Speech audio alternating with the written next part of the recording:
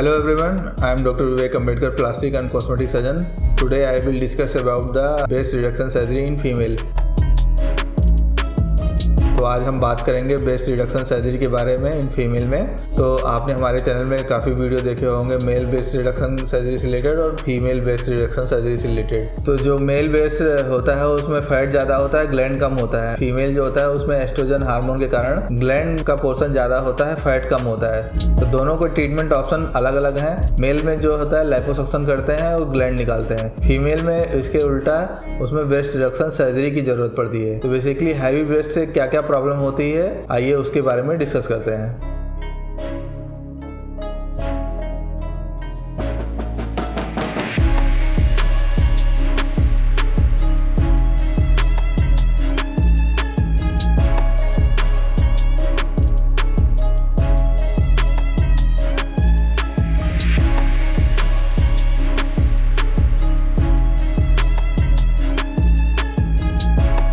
Heavy breast से mainly पहला जो प्रॉब्लम होता है उसमें फीलिंग एम्बेरसमेंट होता है। तो उसमें पहले की जो क्लॉथिंग होती थी, साड़ियाँ पहनते थे, ब्लाउज पहनते थे, तो उसमें हैवी ब्रेस्ट जो कि छुप जाता था। अभी वेस्टर्न क्लॉथिंग के कारण उसमें हैवी ब्रेस्ट काफ़ी प्रोमिनेंट नजर आता है। दूसरा जो होता है पेन होता है, उसमें शोल्डर पेन होता है, नेक पेन होता है हैवी ब्रेस्ट के कारण। तीसरा जो होता है उसमें हैवी ब्रेस्ट के कारण पोस्चरल चेंज होता है और आगे की तरफ झुक जाते हैं। और चौथा जो होता है उसमें स्किन मैसेरेशन होता है, स्वेटिंग होती है और उसके कारण फंगल इन्फेक्शन होता है। अगर ये सब हैवी ब्रेस्ट के कारण अगर हो रहा है तो आप ब्रेस्ट रिडक्शन सर्जरी के बारे में सोच सकती हैं। जो ब्रेस्ट रिडक्शन सर्जरी करते हैं उसमें 18 साल से लेकर 70 साल की एज तक ब्रेस्ट के साइज को घटाया जा सकता है। उसमें बेसिकली पहले तो ब्लड इन्वेस्टिगेशन कराते हैं, उसके अलावा उसमें यूएसजी सोनोग्राफी जिसको बोलते हैं, और उसमें कभी कभी मैमोग्राफी भी कराने की जरूरत पड़ती है। तो उसमें जो इन्वेस्टिगेशन है, अगर सारे पैरामीटर नॉर्मल है, उसके बाद ब्रेस्ट के साइज को कितना भी घटाया जा सकता है। तो जो ब्रेस्ट रिडक्शन सर्जरी करते हैं उसमें सुप्रोमीडियल पैटर्न में करते हैं और एक फ्लैप होता है, उसमें निप्पल को अपर पोर्शन में शिफ्ट करते हैं। जो लोअर पोर्शन का पार्ट होता है उसको हम एक्सरसाइज कर देते हैं, निकाल देते हैं, तो जिससे ब्रेस्ट लिफ्ट भी होता है और साथ में ब्रेस्ट रिडक्शन भी सर्जरी होती है। तो दोनों तरफ इक्वल साइज घटाते हैं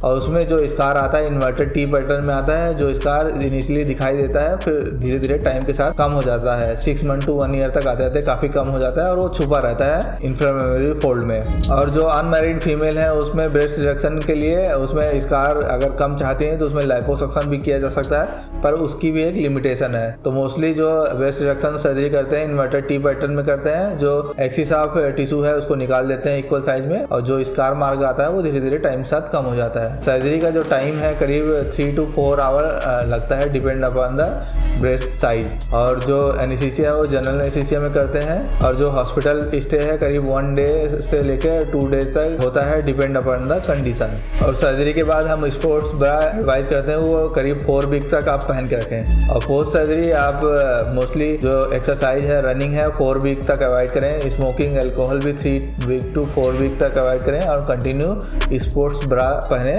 तो जिससे रिजल्ट काफ़ी अच्छा है और पेन भी ना हो। इसके अलावा अगर आपके मन में और कोई क्वेरी हो तो आप कमेंट बॉक्स में कमेंट कर सकते हैं, हमारे दिए हुए नंबर पे हमसे कंसल्ट कर सकते हैं। Thank you.